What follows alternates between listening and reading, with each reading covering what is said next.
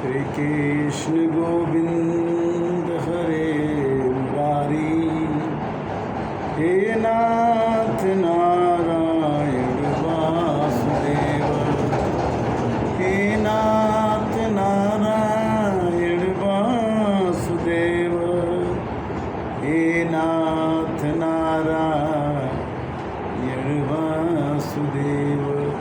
गीता अध्याय 5 जून। आज 5 जून को हम 5वां अध्याय गीता का हिंदी में साथ कहेंगे। और चूँकि अगर हम गीता थोड़ा पढ़ते हैं, सुनते हैं, कहते हैं तो उसका फल मिलता है। तो इसमें 24 घंटे में अगर हम 10 मिनट टाइम निकाल के गीता के 5वें अध्याय का पाठ सुन लें, कह लें, सुना दें तो बड़ी भगवान की कृपा मानी जा सकती है। चलते हैं 5वें अध्याय में। भगवान कहते हैं कि सांख्य योग और कर्म योग दोनों श्रेष्ठ हैं। सांख्य योग ने साधु बन जाओ, भगवान को प्राप्त करो। कर्म योगों ने गृहस्थ रहो और भगवान को प्राप्त करो। जो किसी से राग द्वेष नहीं करता वह कर्मयोगी सन्यासी जानने योग्य है। द्वंद्वों से रहित हो, सुखपूर्वक संसार के बंधन से मुक्त हो जाता है, वह कर्मयोगी भी सांख्य योगी के बराबर है। ये बेसमझ लोग होते हैं जो सांख्य योग को और कर्म योग को अलग अलग समझते हैं। सांख्य योग में साधु बन जाना और कर्म योग में गृहस्थ रहते हुए भगवान को प्राप्त करना। बुद्धिमान लोग नहीं, इन दोनों में से किसी एक भी साधक को साधना करने से दोनों का फल मिल जाता है। सांख्य योग प्राप्त होता है, वही फल कर्म योग को भी प्राप्त होता है। कर्म योगी भी वही फल प्राप्त करता है जो सांख्य योगी प्राप्त करता है। सिद्धि सिद्धि में सम रहते हुए बिना सांख्य योग का सिद्ध होना बहुत मुश्किल है। मननशील कर्मयोगी असिद्धि और सिद्धि में सम होकर के भगवान को समता के रूप में भगवान को प्राप्त कर सकते हैं। इंद्रियों को जीतने वाला, निर्मल अंतःकरण वाला, शरीर को बस में करने वाला, संपूर्ण प्राणियों को अपने आप में स्थित देखने वाला कर्मयोगी कर्म करता हुआ भी कर्मों में लिप्त नहीं होता, वो परमात्मा को प्राप्त होता है। अर्थात जो आदमी कर्मों में लिप्त न हो, आसक्त न हो, अपने में कर्ता का भाव नहीं रखता हो, वह कर्मयोगी सन्यासी जानने योग्य है। सत्य तत्व को जानकर सत्य में रहने वाला सांख्य योगी साधु क्या करता है? सुनता है, देखता है, सुनता है, खाता है, बोलता है, मलमूत्र त्याग करता है, आँखों को खोलता है, मिचता है, हमेशा वो भगवान को भजता रहता है।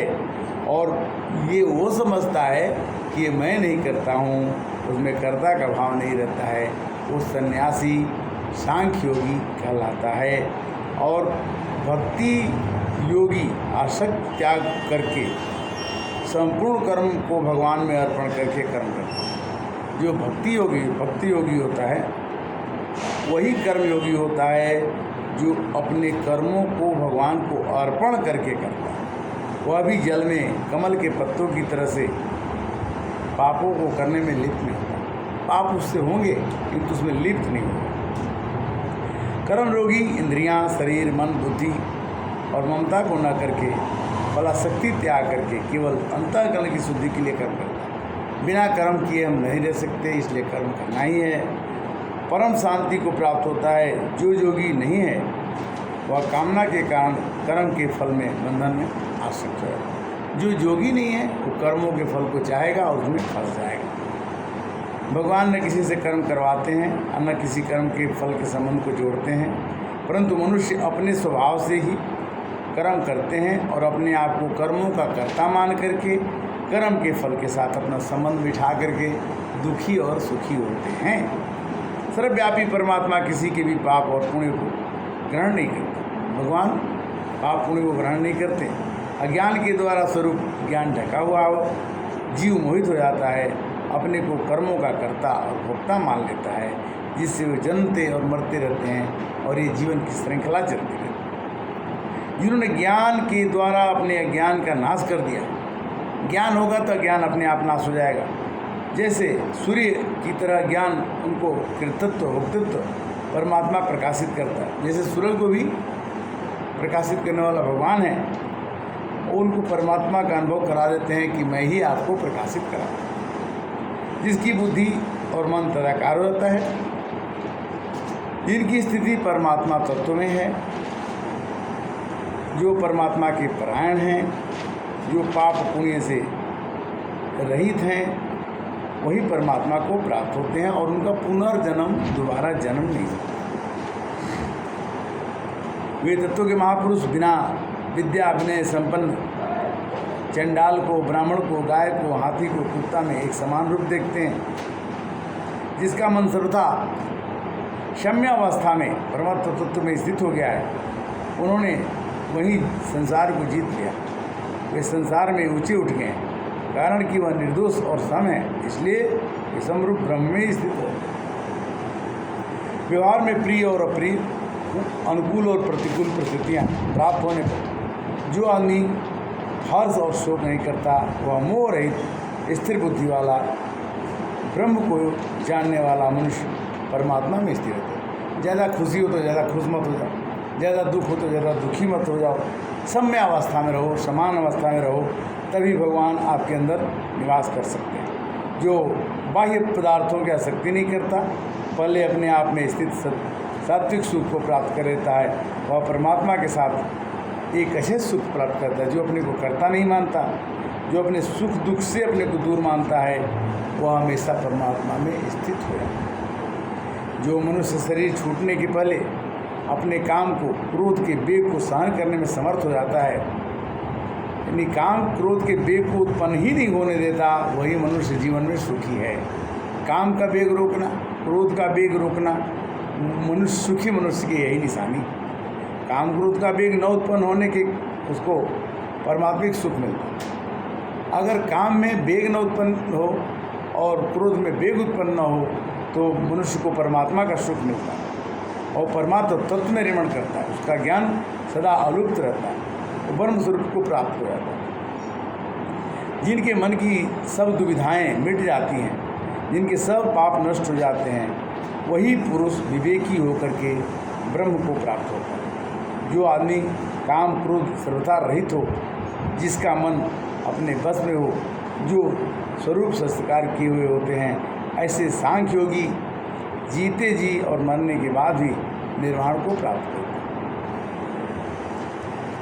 ब्रह्म विषय की बाहर को छोड़कर संपूर्ण विषयों का त्याग करके नेत्रों को अपने भावों के बीच रख करके रेचक पूरक प्राणायाम करके, इंद्रियों को, मन को बस में करके, इच्छा और भय को, क्रोध को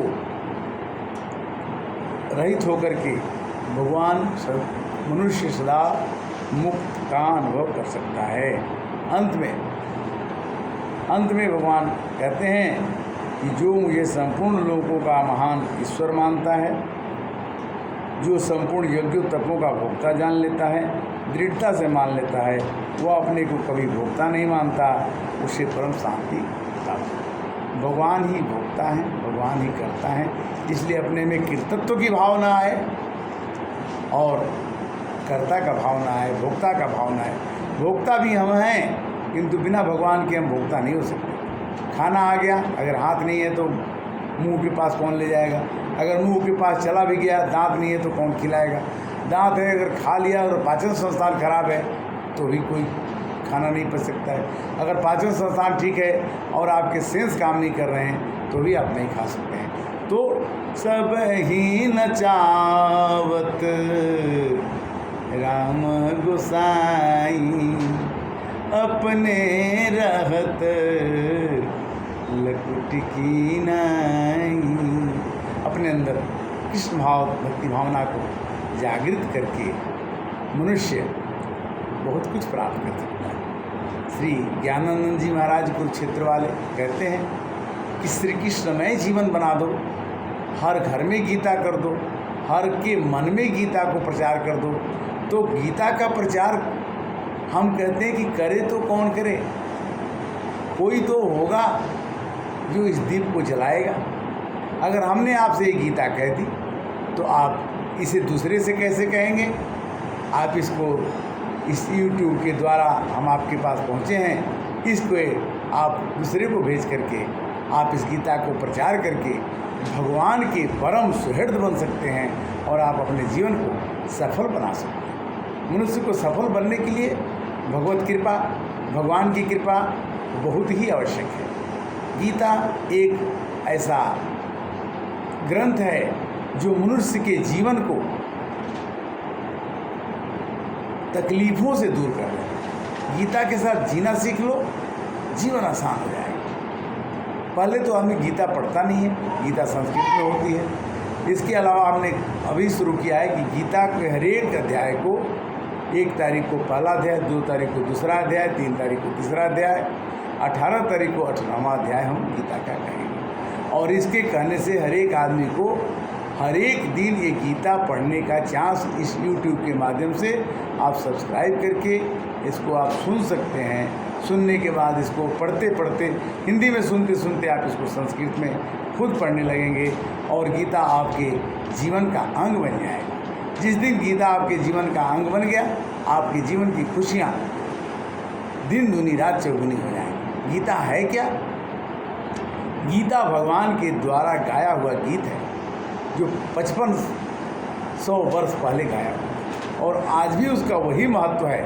भगवान कहते हैं कि जब तक आपके अंदर में कर्ता की भावना है कि मैं कर रहा हूँ, तभी तक आप दुखी हैं। जिस दिन आप समझ लेंगे कि कर्ता नहीं, मेरे द्वारा कराया जा रहा है, तब आपको दुख नहीं होगा। जैसे नौकर किसी के यहाँ काम करता है तो कोई उसका बिगड़े तो तकलीफ़ नहीं होता, उसको आप बन जाए तो तकलीफ़ नहीं होता, क्योंकि उसको अपने दिहाड़ी से, अपने मजदूरी से मतलब हो रहा है। उसी तरह से हम अब दिहाड़ी करने आए हैं, मजदूरी करने आए हैं, भगवान का सेवक बनने आए हैं। आज इस तरह से आपके पास ये गीता का 5वां अध्याय विश्राम और फिर हम 6ठे अध्याय 348 में YouTube के माध्यम से, रामचरितमानस के माध्यम से, गीता मानस ज्ञान के माध्यम से हम आपसे मिलते हैं, मिलते रहते हैं। आप भी मिलते रहिए।